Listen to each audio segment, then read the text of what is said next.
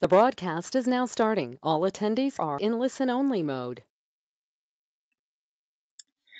Good morning, everybody, and good evening to anyone tuning in from China. Welcome to China's Digital Consumer 2020. This is a CBBC webinar series, and today we are talking about online reputation management in China. My name is Maxime Renfrew. I'm the Service Delivery Executive here at CBBC, and today I'm joined by Scott Muir, the Director and Founder at Regroup China. Very quickly, just so that I know everybody can hear me, you should have a panel such as this on your screen. If you could click this little hand button and give me a virtual hands up, that will let me know that everybody can hear me and see the screen. I see some hands going up, so that looks good. Okay. I've also circled here our questions box. Please do ask questions throughout.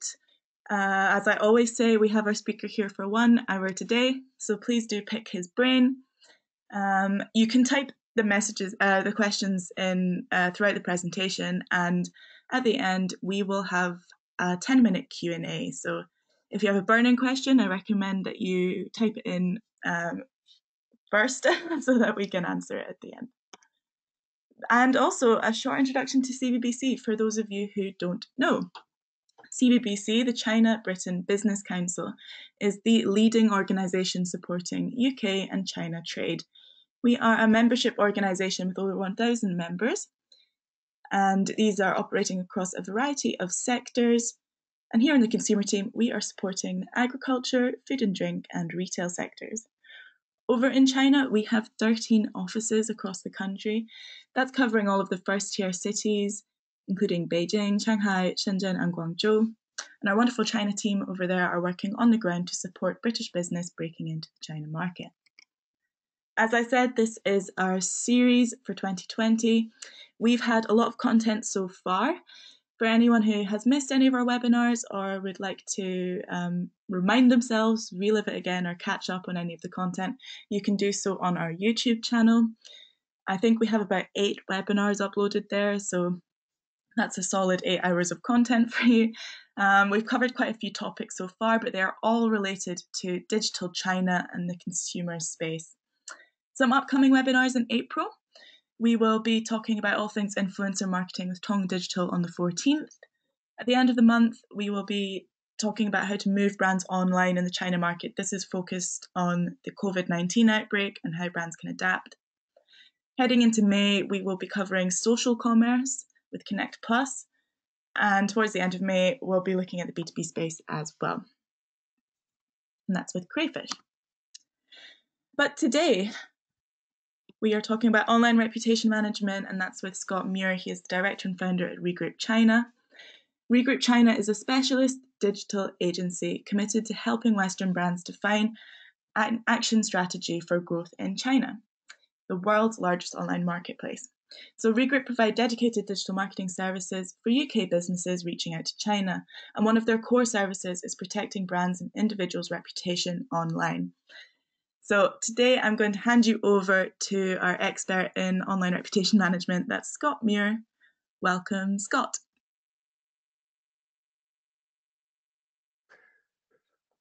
Hi everyone, I hope you're all well and safe, and thanks for that, Maxime. I'm just going to flip to my screen, which hopefully you can all now see. So yes, the talk today is on reputation management in China, and the agenda for the event is, which hopefully you're seeing now, is I'll give you a brief introduction to Regroup China and what we do. What are the objectives of this session, and how do we define reputation management? I want to also take a little look at, step back almost, and have a look at the key digital channels in China, the landscape in China. And then we look at the key aspects of reputation management, owning your assets digitally, making sure that decisions and strategy are locally informed, We've got some examples of where Western brands have got it wrong in the past. And the importance of listening and monitoring digital channels in China. And in the case of negative material appearing, it's assessing the damage that that material might be doing and how to address that material. So then we'll summarize the presentation, and I'll open it up to questions. So I'll jump straight in.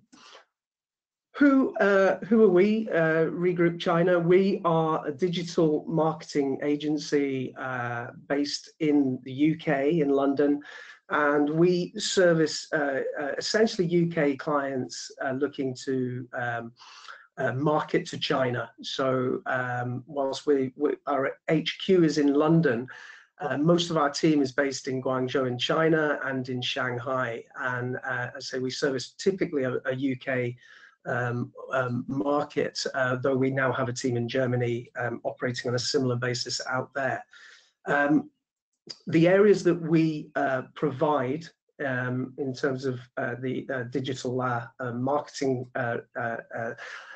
range of services, we start the process with quite often a definition of strategy in China. So we help our clients understand the market size in China and the competitor landscape and where the holes might exist in the market as a starting point.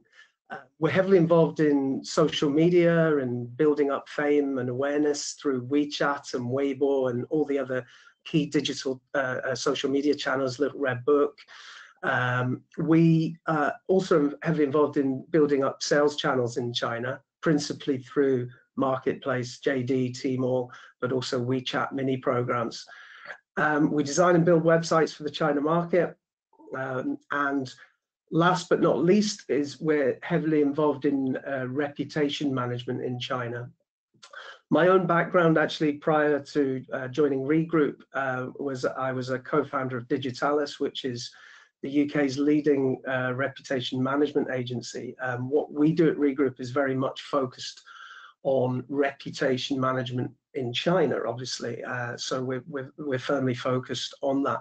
It's also a little difficult sometimes talking about reputation management and specifically talking about clients, because in this world it's relatively confidential and quite typical for us to talk about clients internally using code names. But hopefully I can promote the key themes behind reputation management in this presentation.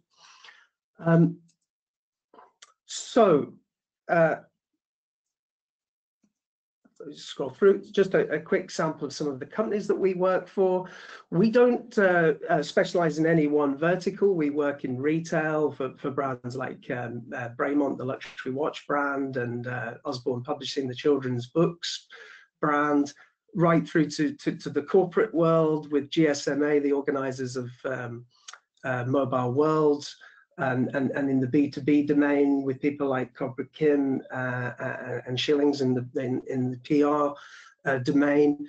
So yeah, we work in property, we work in the student space, retail, right across the board. A very quick example of how we like to work is a good example is Usborne Publishing, whom we've been working with for 4 years now. We started working with Usborne, building up their brand awareness in China through the principal social media channels, WeChat and Weibo principally.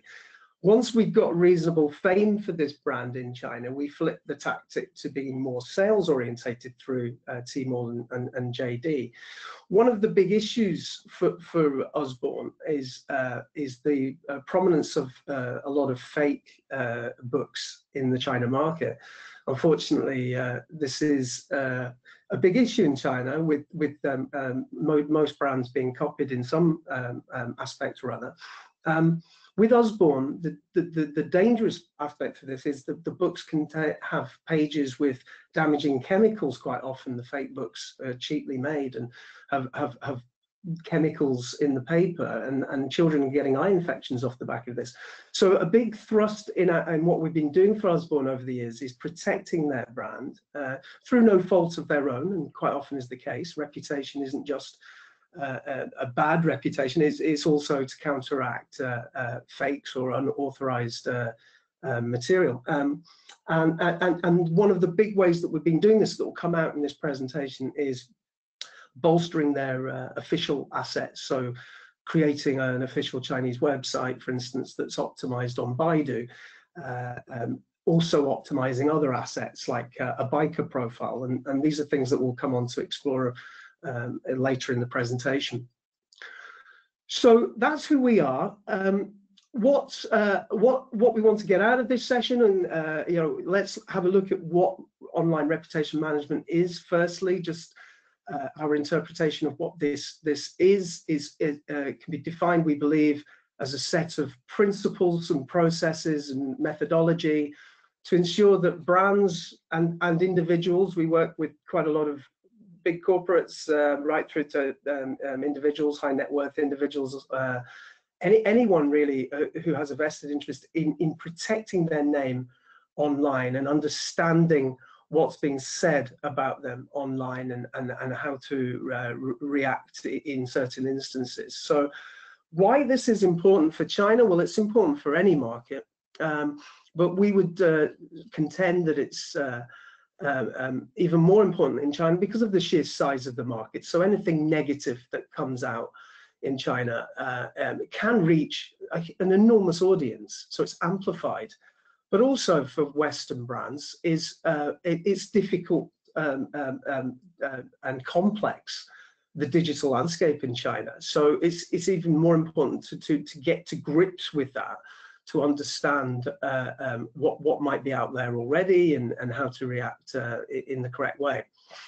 Key objectives of this session are hopefully to just outline some of the key considerations for reputation management in China, and also to provide possible kind of an outline of what a strategy might look like in ORM for China. So before we jump into that, I just want to talk a little bit about the China digital landscape, really to set context, and to touch on what are the key battlefronts, if you like, in terms of reputational management.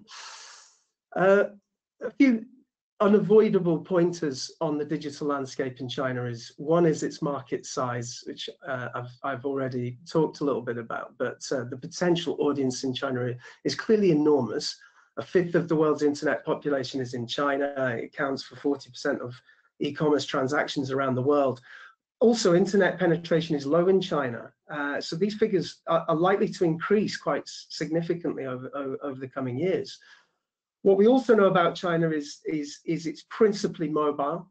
So mobile first is very much the mantra here, with internet usage being 80% through mobile. We also typically, whether it's working with selling a product or reputational management, we're really looking at the tier 1, the tier 2, arguably some tier 3 cities where the wealth is concentrated in China, tends to be our focus. So we know that you're all aware that there's none of the Western digital channels that we have here in Europe, Google, etc., Facebook, Instagram, none of that. So the channels of engagement are all very different. I mean, there are some channels that we have over here that are available in China, notably LinkedIn, but not many. So what are the key building blocks of reputation management? What are the key channels that we need to consider? Well, the first and most obvious channel is having a web presence in China. We'll talk about this a little bit more depth later in the presentation, but a web presence in China, of course, it ticks many boxes. It reaffirms the desire of a business to engage with a Chinese audience, of course, but it also represents or provides us with an opportunity to own brand space notably on Baidu, as we'll talk about, the big search engine in China. And the more that you nail down these assets, the less likely people can do that in an unofficial capacity. So having an official web presence is one of the ways that you can stamp your mark in an official capacity on one of the very key channels in China, the biggest search engine, Baidu. Leading on to search, Baidu is very much the big search engine in China still. Is very much the Google of China, if you like, with 70% of the market. And as such, it's a key channel that we need to consider in terms of protecting reputation. SEO, search engine optimization on Baidu, works broadly in a similar way to Google, in that areas like website speed, mobile compliance, metadata, page labeling, content, site architecture, all of these aspects are key components in terms of making sure that a website is visible on Baidu, and a key channel to gaining official presence. But also paid search, pay-per-click, operates broadly in a similar way to Google, and also represents a route to nailing down brand assets through brand bidding on paid search. Cost per clicks tend to be lower in our experience on Baidu compared to Google. And generally speaking, when you're bidding on company names, they tend to be a bit lower than on generic searches anyway. So it's a relatively low cost tactic. One of the big differences with Baidu compared to Google is the existence of this thing called brand zone in China, where brands, in this instance, Burberry on this slide, can pretty much own above the fold what's called the top half of page 1 of the search results page on their brand search. So nobody else can steal brand traffic, as it were, through bidding on those brand names. And brand zone can be very expensive. In our experience, it can go into the 100,000+ mark per annum. So it tends to be the preserve the big brands, again, like Burberry in this instance, but it's certainly an effective way of locking down your brand and reining in your brand control. Social media, no discussion on reputation management would be complete without looking at the many channels that exist socially in China. Like in the West, there's many different channels and new ones emerging all the time. China's a very attuned market socially, but typically when we're managing reputational issues online, the backbone of those tactics tends to be WeChat and Weibo. Weibo being like the Facebook stroke Twitter of China, with 500 million monthly users, and WeChat really not like anything else in the West. It's a mixture of social media, gaming platform, a payment gateway, messaging service, e-commerce, all of these things. So it's best described as an ecosystem. But with over 1 billion users, and not just in China, these channels don't just reach mainland China. We're often using WeChat to market to people in Singapore and Taiwan and Korea. It's got a wider reach than just China. But with over 1 billion users, it's an absolutely essential channel to considering protecting your brand. And we're certainly of the view that WeChat is only getting bigger. The final key area here that needs to be considered and monitored is marketplace. So the term that's given up to the big e-commerce channels, notably Tmall and JD. Between them, they have 80% of the e-commerce market in China. So it's particularly important, for retail brands to understand what's going on in these channels and who's saying what, and what are retailers selling product at price-wise, what assets are being used, collateral brand assets, are they official? It's really important to police this area. And not just for shops, independent shops. It's often the case for distributors as well, official distributors. We're actually being paid by, I won't name the company, but a client in the UK to monitor what their distributor is doing in China on Tmall and JD, and what pricing are they setting the products. Because if prices are being hugely discounted in these channels and the brand's not aware, it's very difficult to come back from that and edge up the pricing once it's being discounted heavily. So the damage could, the potential for damage is significant in these channels, and really important that the brands are monitoring what's going on there.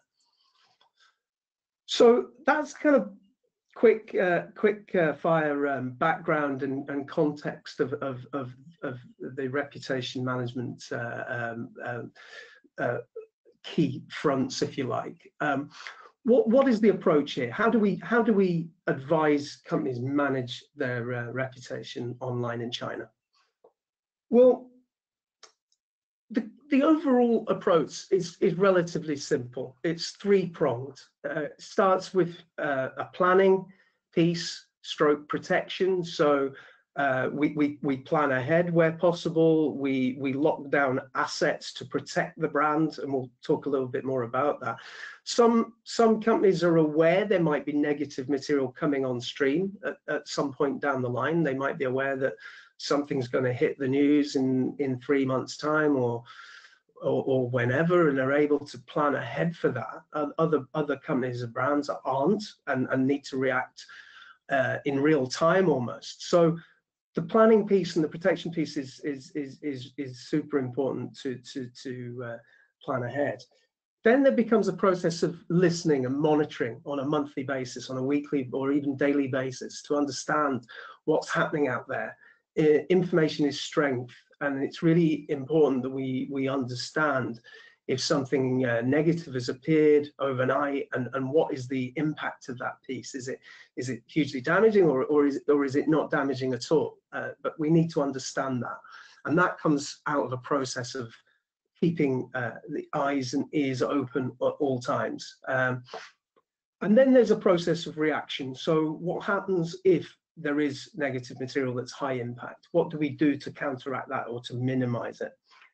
So we'll look at this, these steps one by one. So what can we do to protect ourselves? And at the most obvious level of the kind of planning stroke protection piece is locking down your assets. So at the most basic of levels, it's making sure that we as brand owners own assets, so nobody else can own those assets. A quick story, actually. We were the digital agency for the Best of British event last year in Shanghai, the biggest trade retail event in China for British brands. And quite a few of our clients attended the event. And afterwards, we were being asked to maybe register WeChat or Weibo account or a domain for those brands who wanted to get more involved in engaging with the Chinese audience. And in 3 instances, we couldn't do that because somebody had gone to the event, or a number of people had gone to the event and gone round all the stands, taking notes and then registering those domains or those WeChat accounts themselves in an unauthorized capacity, in the hope that maybe they could sell them back to the brand, or that they could use them for fake products or some other affiliate activity perhaps. But it meant that brands couldn't do that at that point. So it's a kind of an extreme example, but it highlights the importance of locking down these assets. If you've not already done them, certainly consider doing this. And the most basic level, that's at your website domain level, not just .cn, but .com, .cn, .net, .cn, all the kind of main versions of the domains. It's establishing a Chinese website. We've talked a little bit about the importance of a website and how that secures brand name and reaffirms the officialness of a website in a market that is quite often typified by lots of fake brands and unauthorized material. So this is one of the ways we can lock it down. Whether the website is a brochureware or transactional site, we've developed websites purely for the intention of just making sure that we have it and it's parked and it's then optimized on brand name. So it minimizes, again, the kind of risk of somebody coming in to pretend to be you. And we often use the word official in these assets, just again to really rubber stamp it, as it were. The process, again, is very much an SEO process here around brand name. We're not so concerned in this discussion with non-brand terms. It's all about brand. We ensure that the site is fast. It's one of the big factors that ensures a website is visible on Baidu in China. And the way that we do that, because any website hosted outside China is typically quite slow because it's behind the firewall.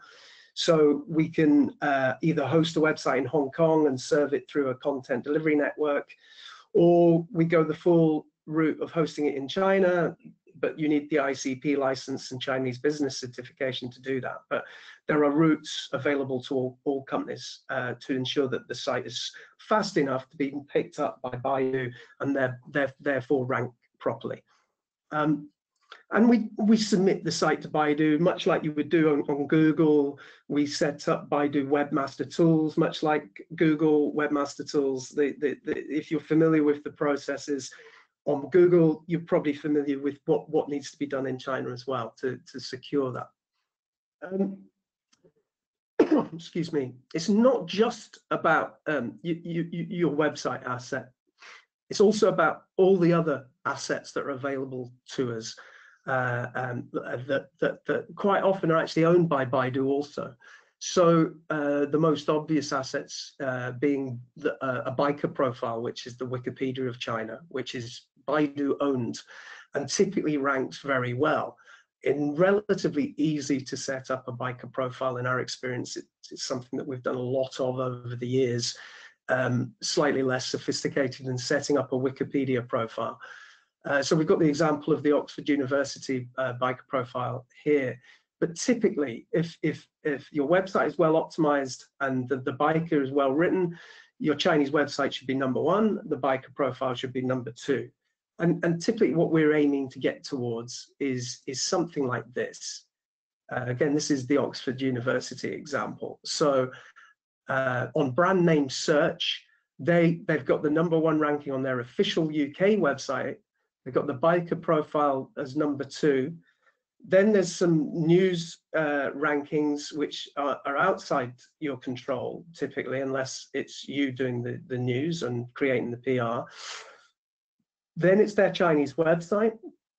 There's a second biker profile relating to Oxford University, and then there's other sites, some of which are owned by Baidu, like Bahajiao. I'm sure I'm mispronouncing these, by the way, in CA, but which are Baidu-owned properties and ones that we can set up an official presence for to further lock down the assets.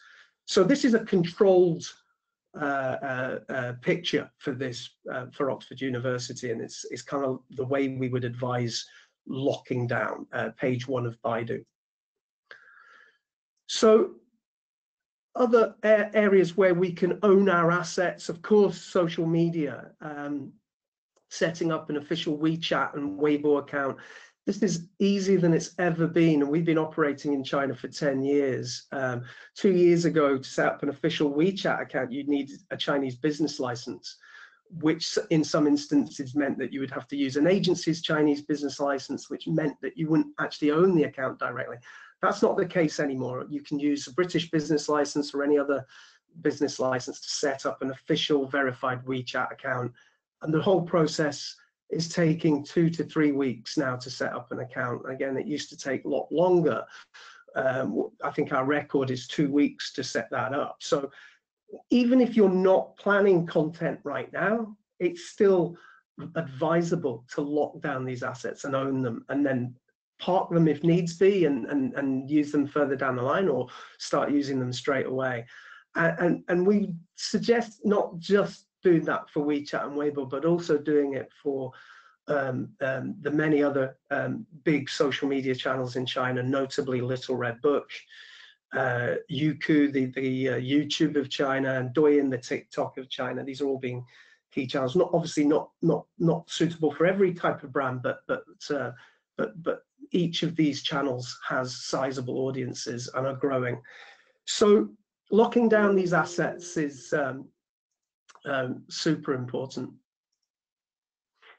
So also likewise in marketplace, so it's understanding what's going on in marketplace. I've alluded to this earlier, but it's so important for retail brands in particular to understand what's going on in these channels. So some of these channels were akin to the Wild West not that long ago, though the situation is changing. You know, and some channels are better than others. Taobao still has problems in terms of fake products being sold. So it's so important that brands are aware of what's going on, because the presence in these channels can reach a sizable audience and totally misrepresent a brand. Brands could appear in discount sites, and they're not discount brands, but as I say, coming back from that is very tough. It can take years and years to build up a brand reputation, and then very quickly it can be destroyed because a distributor or an unofficial shop is selling the product at 50% of the cost. So brands need to understand what's going on here and understand, you know, not just in terms of pricing or fakes, but inconsistent branding as well. So it's very important to kind of keep everything monitored. It's also a key aspect of reputation management to make sure that tactics are informed locally. And we've seen lots of examples of brands getting this wrong in the West. So important to understand the sensitivities of the local market. And a failure to do this can be so damaging, you know, can create some really sizable problems. So a couple of examples of how not to do this will be some of these examples you may already be familiar with, but Leica, the camera brand, China is Leica's biggest brand. They partnered up with Huawei for supplying the high-end lenses for their phones. So it's such an important market for them. In last year, they released an advertorial film which referenced the Tiananmen Square massacre. Actually coincided with the 30th anniversary of the massacre. Now, this advertorial film wasn't designed for a Chinese market, but it did filter back to China. And Tiananmen Square is not something that is talked about in China, online or anywhere really. And for this to come out at that time, it was hugely damaging for Leica as a brand. The hashtags appeared Leica insulting China across social media. There were 42,000 posts on Weibo about this and about how it was insulting to China as a nation. You know, it really can be something that was probably ill-considered and not really thought through. And I do reiterate, it wasn't designed for the China market, but it came back to the China market and really impacted negatively this brand. That mantra, it can take years to build up a positive brand equity, and in minutes it can be brought down, is very true in this market. None so more than Dolce & Gabbana also, who some of you may be familiar with the video that they posted on social media depicting a Chinese woman struggling to eat pizza with chopsticks, and you know, being interpreted as being hugely offensive to many people. A huge backfiring PR disaster then ensued, and the owners of the brand failed to ever provide a suitable apology in the aftermath. So it just stoked the flames of this disaster, to the point that their fashion show in Shanghai was cancelled.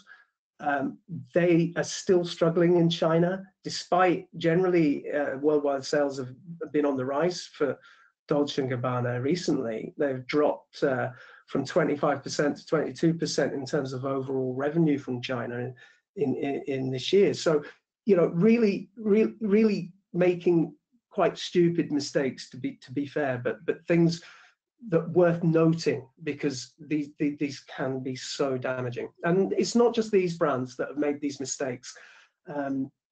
Mercedes been quoting Dalai Lama in advertising, and American Airlines making similar errors. So the point that really needs to be reiterated here is it's key to take direction from the local market, to sense check material, and not just to put messaging out there that hasn't been thoroughly thought through. One of the other points worth factoring in a similar vein, in terms of the kind of potential pitfalls in online in China, are KOLs. KOLs being influencer marketing. It's hugely important in China, more so than in the West. KOLs feature, key opinion leaders feature in the marketing mix in China prominently, and can be very effective means of reaching the wider audience. That said, there's also a potential danger that you know, KOLs can be misrepresentative of the brand, maybe not at the moment of engagement, but further down the line. KOLs could be saying material that's not in line with you as a brand. So again, it needs to be sense checked, this area, and fully thought through, so it doesn't come back to haunt you in the future. So that's some information really on the approach to planning and owning assets. I want to talk a little bit about how important it is to listen and monitor in China, like it is anywhere really, but it's so key in terms of the different channels and the difference culturally in China, to understand what's being said and what the impact of that is. Typically, when we're managing this type of activity, we're using a suite of tools, each performing a certain function. So we're monitoring search engine rankings. We're using a tool called 5118 for that. We use multiple social monitoring tools and tools to monitor sentiment and share of voice. So we're tracking competition, for instance, and assessing what impression share that our clients have out there, and who owns the other share of that voice and why, and how do we claim more of that. So all of this are key processes to put in place to understand what's out there, and what's negative and what's not. There might be negative commentary out there, but hardly anyone's seeing it. It might be an individual blog who has 3 people visit the site a month. So really, should we be concerned about that? Well, probably not. So it's really important that we understand the impact of the material, not just the sentiment. So monitoring of this nature can identify early warnings. It can identify if there's problems emerging, and how that might increase over time. We can assess the impact of material and the damage that it might be doing, and it can inform our strategy going forward to hopefully quell this material. So that's how we kind of monitor the landscape and keep informed. And I say information is very much strength in this capacity. What do we do if negative material crops up? How should we address that? Obviously, it depends on the type of material that's coming out and the scale of it and the impact of it. But there are things that we can do. So if negative material, for instance, crops up on Baidu, how do we plan and counteract that? Well, at the most obvious level, we can optimize the materials that are under our control, and we can create positive materials and promote them. So, for instance, creating a positive press release optimizing the official digital assets, and utilizing the Baidu-owned properties that we've talked about, like Baijiahou and Taobao. That way we can impact on page 1 and page 2 of Baidu positively in our control, thereby knocking the negative material down. And the further down it goes, the less impactful it is. We're not getting it removed. We can't remove it from Baidu, much like you can't remove positive negative material on Google, but we can reduce its prominence by optimizing approved and positive materials. And the more that occupies page 1 and page 2, the negative stuff goes to a point where it's not being seen at all. So we're minimizing the damage that it's doing. So that really is a key tactic ongoing that we utilize for the addressing of negative material. So it's only half the story to create that material. We have to optimize it as well, and we do the optimization through link building strategies. So if we're creating a piece of press, or we're putting an article out there to counteract the negative material, we then need to boost the authority of that piece, and we do that through link building, through achieving links from high domain authority websites that are high in relevance, that are open to having some sort of link, like a blog or a forum or a Q&A thread. These are all channels that we're utilizing for the counteraction of negative material. That process takes time though. So if something bad has cropped up and that needs to be addressed, this sort of tactic will work, but it takes weeks and sometimes months. But there are faster tactics, of course, like paid search on Baidu that we talked about, where you can instantly react to something based on a keyword bidding. So there's a number of ways of looking at addressing that. So what do we do also in terms of the negative commentary coming on stream? Should we, as the brand owner, as the organization, should we react to that, or should we keep silent, or what is the correct procedure? Of course, it's different in every instance, and completely dependent on the nature of the material and the scale of it, the impact of it. We put a few examples of when a response might be required and when a response might not be required here, just to highlight the theory behind it. When you might respond to a post that's appeared on social media, well, when it's absolutely factually inaccurate, indisputably false, or a lie, or where the user is absolutely just getting it wrong.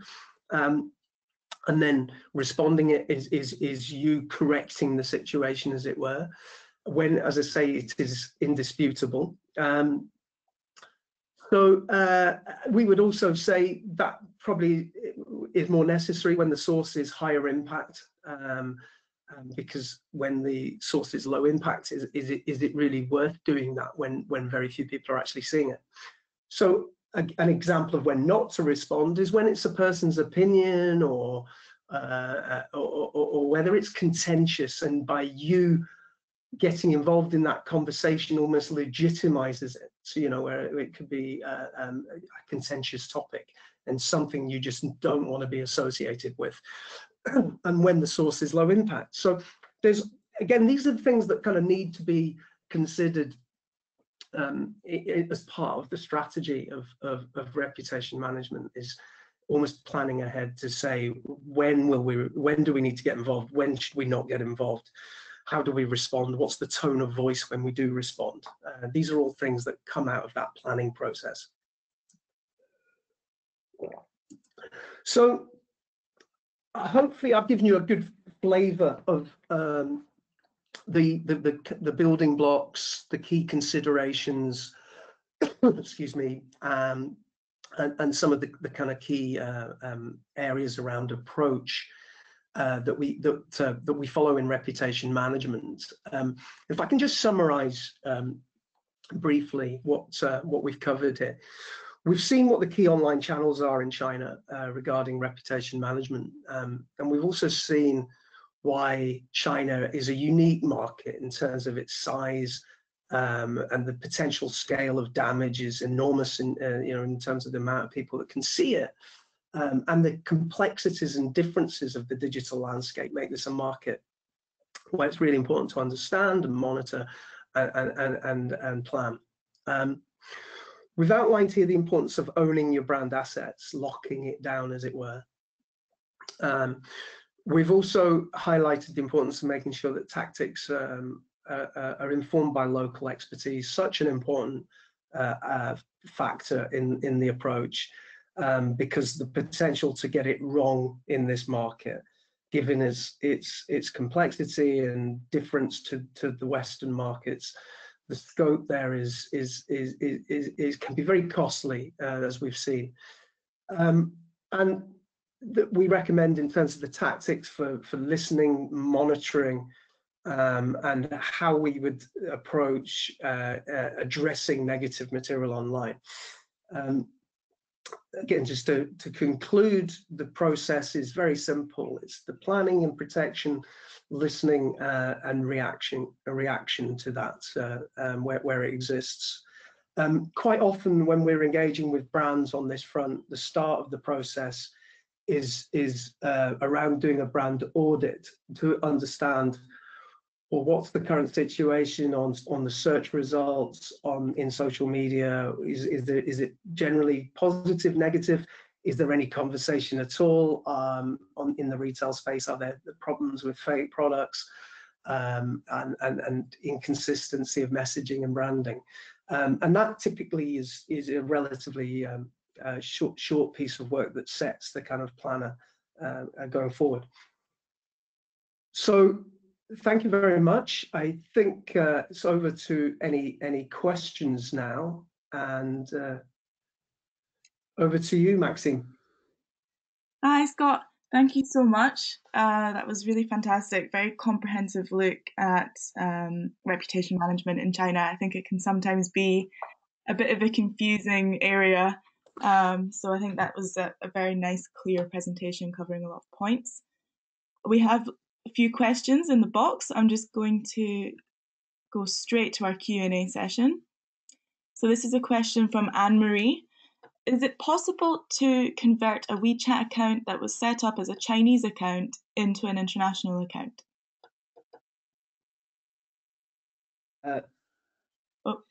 So I think the short answer is no. Unfortunately, it needs to be reset up. I think is our experience of that.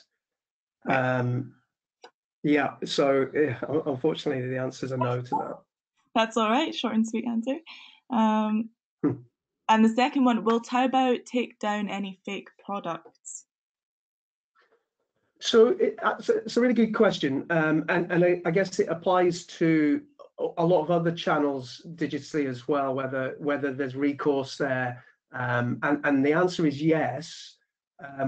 There are sets of procedures that we can follow that typically don't happen quickly. You know, it's probably much like complaining to Google or anyone over here. It doesn't. The responses are usually quite slow, but the answer is absolutely yes. We've had fake sites, fake products taken off Taobao and all the other channels that we've been talking about here, and it's really just a process of raising complaints and following them through. What tends to help is doing that in mainland China, because I think quite often these channels will take longer to get a reaction from if you're doing it from the UK. But we typically get quite good responses from channels. We've raised a lot of complaints with WeChat fairly recently, and we've seen them respond quite quickly in terms of taking old or unofficial accounts offline. But it's like everything, you have to supply the right documentation, you have to make sure it's done properly, and if it's not done properly at the start of the process, it can really take quite a long time to push it through. So it's really important getting the right documentation and the evidence and everything else ready as part of that process. Great. And a third question from Anne-Marie. How do you stay ahead with examples like the D&G brands making these big mistakes? Well, it's a good question, and I think it's hopefully we touched on in the presentation. It's making sure that your tactics are being informed by the local market, and I think where Western brands have really just fallen at that hurdle is where there's almost an arrogance with some of these brands, where they're not like engaging with experts in China to sense check material, and which sounds ridiculous, because we've probably all seen that video of the lady eating the pizza with the chopsticks, and it doesn't take a rocket science to see with hindsight that it should be highly offensive to a lot of people. But it doesn't seem at any point that was checked with Chinese nationals in advance of the material going out. And as I say, in that particular instance, there wasn't really a proper apology afterwards. In fact, if anything, I think Dolce & Gabbana actually made the whole thing worse by their almost dismissive comments afterwards. So yeah, it's a good question, and the answer is, in our view, is making sure that any material that is being put out there is sense checked, road tested, and some common sense applied to the process. Otherwise, it can be hugely damaging, as we've seen. And just as an extra question there from myself, have you yourself had any experience where maybe a smaller brand or company or any company has made a mistake, and when they apologize, how do their Chinese consumers kind of respond to that? Is it kind of easily forgotten about if they give a good apology for any mistakes? It's a good question. I'm not sure we've ever needed to do that, thankfully, because a big part of our approach is most of our team are based in China, and content strategies all developed in China. And as a result, we've not been in that embarrassing situation, thankfully. But I think a prompt response is always the right way. I think Mercedes put out a very quick response after they used a quote from Dalai Lama in some of their advertising, which is obviously sensitive in China, as you would expect. And I think their response was quite effective, and certainly quelled the negativity around that quite quickly. So, which is, I think, the correct way of doing it, is doing it quickly, and not messing around, because these things just escalate. They just fester, and unless you're reacting quickly and decisively, I think the damage can just increase and increase. Yeah. Yeah. So prevention is key, and all the more reason to chat to Scott to get that done. And a final question from Katrina. She's just wondering if we will have access to these slides. I believe the answer is yes. Absolutely, yes. Yeah. Great. So, yeah, we've got some thank you messages from Anne-Marie and Katrina. I can't see any more questions at the moment. So I think that brings us to the end of the webinar. Thank you again, Scott. And for everybody listening who tuned in today, I will be sending follow-up emails to everybody with a copy of a link to a copy of the webinar, which will be on our YouTube channel, and all of Scott's contact information, so that you can get in touch with him and receive a copy of the slides. And if you have any other questions that you'd like to follow up with, you can chat to Scott as well. So yeah, stay safe, everybody, and I hope that you're all coping well and not going too crazy stuck inside, especially with this nice weather. So I'll see you next time. Cheers. Thanks everyone, and thanks, Maxine. Cheers. Bye-bye. Bye.